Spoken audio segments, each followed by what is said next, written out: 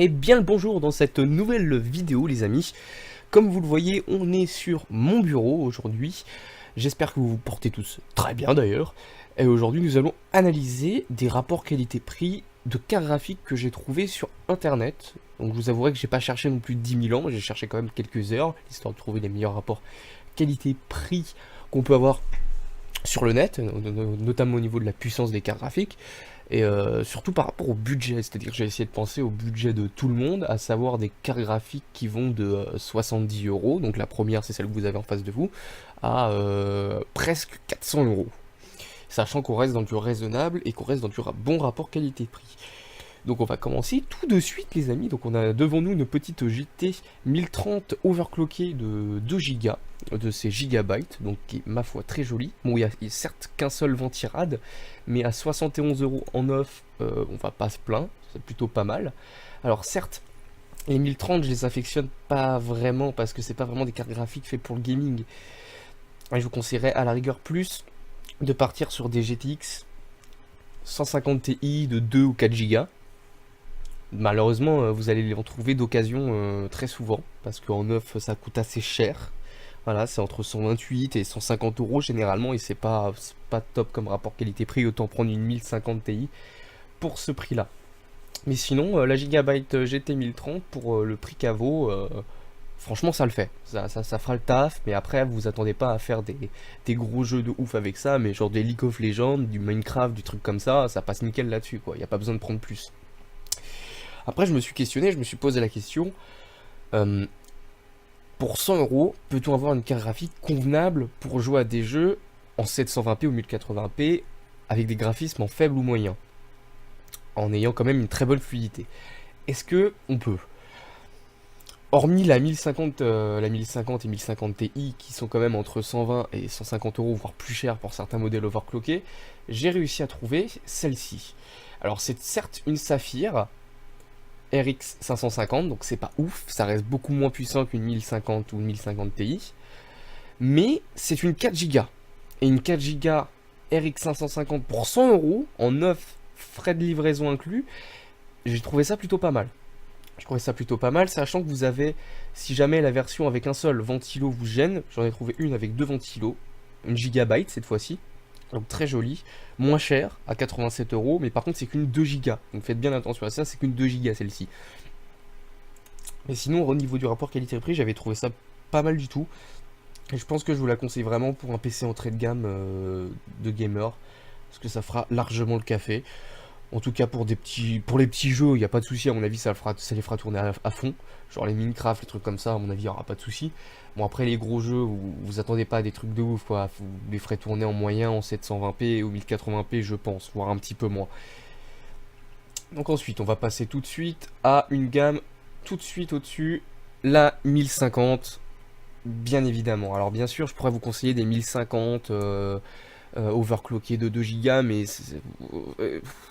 c'est pas génial quoi, il n'y a pas une différence de ouf avec la RX 550 non plus quoi, surtout la version 4 Go que je vous ai montré. Si vous prenez une 1050 de 2 Go pour 20 euros de plus, il y aura un petit peu de perf en plus, mais vous perdrez 2 Go. Est-ce que c'est vraiment rentable? Je sais pas trop, donc je préfère pas trop le mettre dans cette espèce de classement que je suis en train de faire de cartes graphiques mais de meilleur rapport qualité-prix de ce mois de novembre.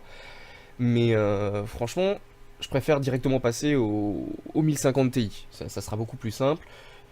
Et on passe tout de suite sur une Zotac avec un seul ventirad de 4 Go en format mini, donc format très compact. Je me demande d'ailleurs si ça peut passer dans des PC compacts, si c'est une carte graphique qui est adaptable avec un format low profile, je sais pas du tout. Je sais pas du tout, je pense que oui, hein, vu la taille de la carte graphique, je pense que ça doit être possible. Bon, après si vous aimez pas encore une fois un ventirad, j'en ai trouvé une avec deux ventirades et celle-là c'est la mienne, c'est celle que j'ai dans mon PC actuellement. C'est une GTX 1050 Ti overclockée de 4 Go de ces gigabytes et ça fait largement le café. Pour vous donner un ordre d'idée, je fais tourner The Witcher à 40 fps en ultra, à fond, tout à fond, il tourne à 40 fps, il n'y a pas de souci. C'est une très bonne carte graphique qui fera largement le café pour le 1080p sur la plupart de vos jeux. Même les prochains jeux qui vont sortir, vous les ferez tourner facile, en moyen, avec une bonne fluidité. Donc voilà, la 1050 Ti, une valeur sûre, je vous apprends rien là-dessus. On passe ensuite à un très beau rapport qualité-prix que j'ai trouvé. Il s'agit d'une 1060, une GTX 1060 de 3 Go, certes, mais de chez EVGA. Donc une VGA qui est une très bonne marque que j'apprécie grandement. Donc pareil pour le VR, la réalité virtuelle, donc c'est plutôt pas mal. Bon, après, c'est l'entrée de gamme de la réalité virtuelle, mais ça fera le taf si vous voulez toucher un petit peu à ça. Et surtout, pour les jeux en 1080p, et ben, ça fera tout tourner à fond. En tout cas, la plupart de vos jeux, ça les fera tourner à fond. Et avec une excellente fluidité et des très bons graphismes. Donc, franchement, pour 200 €, une GTX 1063 Go, j'ai pas trouvé mieux. J'ai pas trouvé mieux niveau rapport qualité-prix. Je trouve ça vraiment pas mal. Et j'hésite vraiment à me la prendre à Noël, celle-ci, même si elle est au format compact avec un seul ventirad et que ça me repute un peu. Je me dis, bon, certes, je vais perdre au niveau du refroidissement de la carte, mais au final, les GTX 1060 et les nouvelles cartes des séries 1000 ne chauffent pas tant que ça. Donc, est-ce que c'est vraiment utile d'avoir deux ventilos, sachant que la carte sera assez performante pour faire tourner les jeux sans être mis à fond constamment? Pareil, why not, à vous de voir. Moi, personnellement, je pense que ça suffira largement un ventilo. Bien sûr, si un ventilo vous gêne, encore une fois, eh ben, j'ai pas pensé à vous parce que j'ai complètement oublié. Non, je rigole. Elle est là, la 1060 de 6 Go par contre cette fois-ci. Une 6 Go, donc c'est pas une 3 Go. J'ai pas mis de 3 Go avec deux ventirades. Mais là, vous avez une 6 Go avec deux ventirades à 270 €. Donc ça reste un peu cher. Il y a une promo en ce moment, mais ça reste pas mal par rapport au prix où elle est normalement, c'est-à-dire vers les 300 €. Généralement, les GTX 1066 Go, c'est vers les 300 €. Donc ça vous fait quand même une petite réduction de presque 30-40 balles. Donc c'est déjà pas mal. Et encore une fois, si vous voulez comme moi une carte graphique avec un seul ventirad, j'en ai trouvé une juste ici, voilà. Bon là par contre c'est pas une marque de ouf, je connais pas du tout Inno 3D. De ce qu'on a parlé, ça a l'air plutôt pas mal. J'avoue que le design de la carte m'attire pas trop, ça fait un peu plastique, un peu bizarre. Mais encore une fois, elle était pas trop chère quoi. Voilà, à 264 €, une 6 Go. Certes c'est une format compact, mais ça revient plus ou moins au même prix que celle-là par contre. C'est ça que... Disons que pour 5 € de plus, autant prendre celle-là, quoi. C'est beaucoup mieux, je pense. Mais si vous voulez, encore une fois, si vous avez un PC compact et que vous n'avez pas la place, prenez celle-ci. Je pense qu'elle fera largement le taf. En plus, c'est une 6 Go. Ça fera largement le café. On continue, on monte encore en prix avec cette fois-ci la concurrence. On passe chez AMD. Donc j'ai trouvé une RX 570, pareil, au même prix quasiment que la GTX 1060 de 3 Go. Sauf que là, c'est une 4 Go et c'est aussi une format mini. Mais qui a l'air un peu plus grosse quand même. Donc partiellement peut-être un peu mieux refroidi, peut-être avec un ventilo un peu plus gros, je pense, vu la taille du bousin, je pense qu'il doit être un peu plus gros. Donc ça a l'air franchement pas mal. Pour du gaming un peu plus poussé, pareil que à peu près dans les environs de la 1060, quoi. Ça sera à peu près les mêmes performances. À peu de choses près, hein, parce qu'il y aura quand même 1 giga de différence. La 1060 a peut-être un processeur un petit peu mieux, mais ça joue kiff quoi, franchement. Puis au même prix, franchement, ça vous décidez si vous préférez aller chez AMD ou chez Intel. À vous de voir. Ensuite, on continue avec une autre Saphir, cette fois la GTI, toujours la même, la RX 570 104 Go, mais cette fois-ci avec deux ventilos à 20-25 € plus cher. Donc pareil, si vous désirez avoir deux ventilos au lieu d'un, why not, pourquoi pas. Celle-là me tentait pendant un moment, mais au final je me suis dit que payer un petit peu moins cher avec certes avoir 1 giga de moins, mais avoir une 1060 c'est quand même pas mal. Donc moi je pense rester sur la 1060 pour mon choix définitif. Mais si vous désirez partir là-dessus, ça peut être pas mal aussi si vous avez un peu plus de budget notamment. Et là on va encore monter en budget. Et là on arrive dans les dernières cartes graphiques que je vous ai trouvées.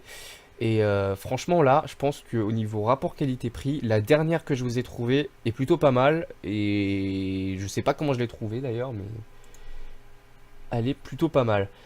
On continue avec une RX 580 Nitro Plus en 4 Go, qui est un tout petit peu plus cher que celle que je vous ai présentée avant. Alors à la rigueur, si vous voulez une RX, prenez celle-ci plutôt que celle que je vous ai montré avant, parce que bon, pour 10-20 € de plus, autant prendre le modèle au-dessus, quoi, sinon ça a pas grand intérêt. Et celle-ci, bien sûr, bah, la RX 580, j'ai pas besoin de vous la présenter non plus. C'est une carte graphique qui commence à être connue beaucoup, hein. Je vais pas vous apprendre pourquoi. Et elle fait tourner les jeux bien, hein. Elle les fait tourner très bien et elle durera à mon avis pas mal longtemps, hein. Ça reste quand même pas mal puissant. On est quand même un peu plus puissant qu'une 1060, pas aussi puissant qu'une 1070, pas loin, mais ça reste tout à fait convenable pour du gaming en 1080p. Vous serez tranquille, mais à l'aise même pour les prochains jeux. On continue avec cette fois-ci une GTX 1070. Là, on passe sur les 1070 que je vous ai trouvé. J'ai trouvé 3 1070. Alors, j'en ai trouvé deux de chez MSI qui sont grosso modo les mêmes. Ils ont tous les deux un seul ventilo. Juste, il y en a une en mode turbine, un peu comme les séries standards de la GeForce GTX 1070. Sauf que là c'est du MSI et ils sont tous les deux dans le même prix. Donc encore une fois à vous de voir si vous voulez un ventilo ou deux. Les deux sont vers les 400 euros. Il y en a un à 409,90€ et l'autre est à 419,90€. Donc à 10 euros près. Voilà, encore une fois, c'est pas un rapport qualité-prix ouf, ceux-là, mais dans les 1070, j'ai pas trouvé mieux, en tout cas dans ce qui concerne les cartes graphiques de marque connues, j'ai pas trouvé mieux. Niveau rapport qualité-prix. Et on passe maintenant sur la toute dernière carte graphique que je vous ai trouvée. Celle-ci est moins chère que les deux cartes que je vous ai montrées. Et elle m'a vraiment attiré l'œil, je vais vous montrer ça tout de suite. Regardez-moi ça. Pour 283,55€, ce qui nous fait quand même, mine de rien, 30 € de moins que celle avec un seul ventirad. Et là, on a une GTX 1070, les copains, avec 3 ventirad. Alors par contre, c'est une carte graphique chinoise.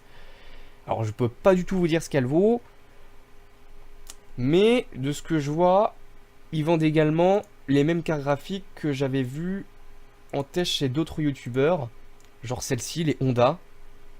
Pas Honda la moto, hein, Honda ONDA, hein, il n'y a pas de H.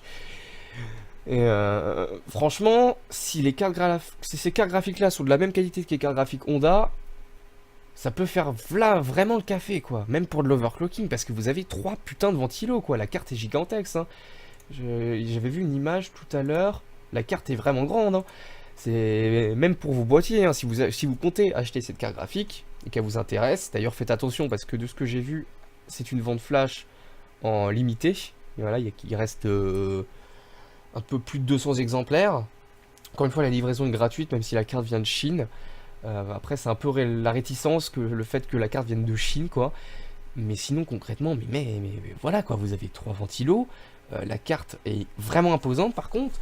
4 cm sur 30 cm de long sur 13 cm 5 de profondeur, comme ça, c'est gros, quoi. Faut avoir le boîtier pour. Franchement, regardez bien dans votre boîtier si vous comptez prendre celle-ci. Mais, encore une fois, une 1070 8 Go, pour ce prix-là, pour moi, ça reste le meilleur rapport qualité-prix du moment au niveau des 1070. Et c'est là-dessus que je vais conclure. Je n'irai pas plus haut dans les prix. Pour moi, ça sert à rien d'aller plus haut qu'une GTX 1070, parce qu'avec une GTX 1070, on peut largement faire de la VR, faire du gaming, faire du streaming, faire tout ce que vous voulez au niveau des jeux, au niveau de tout ce qui concerne la carte graphique. Vous pouvez faire tout ce que vous voulez avec une 1070. Ça sert à rien de monter à une 1080, à part vraiment si vous avez vraiment des grosses ressources sur certains logiciels qui demandent des grosses ressources sur votre carte graphique. Mais sinon, ça n'a aucun intérêt de monter plus haut. Et je vous conseillerais pas de monter plus haut qu'une carte graphique qui vaut dans les 400 €. Tout du moins pour une config qui fait pour le gaming, pour du montage vidéo, etc. Voilà, je vais conclure cette vidéo là-dessus, les copains. J'espère que ça vous aura plu, j'espère que cette vidéo vous aura été utile. Je vous invite à mettre des commentaires, à me dire ce qui vous a plu, ce qui vous a déplu, et les points que je pourrais améliorer dans ce type de vidéo. Et surtout si vous souhaitez ravoir de ce contenu-là sur la chaîne. Ça m'intéresse beaucoup, et si franchement ce contenu-là vous intéresse, n'hésitez pas à m'en faire part et à me le dire en commentaire, ça me ferait très plaisir. Et je vous dis à la prochaine, les copains, pour une nouvelle vidéo sur la chaîne de Tonaru TV. Tchuss!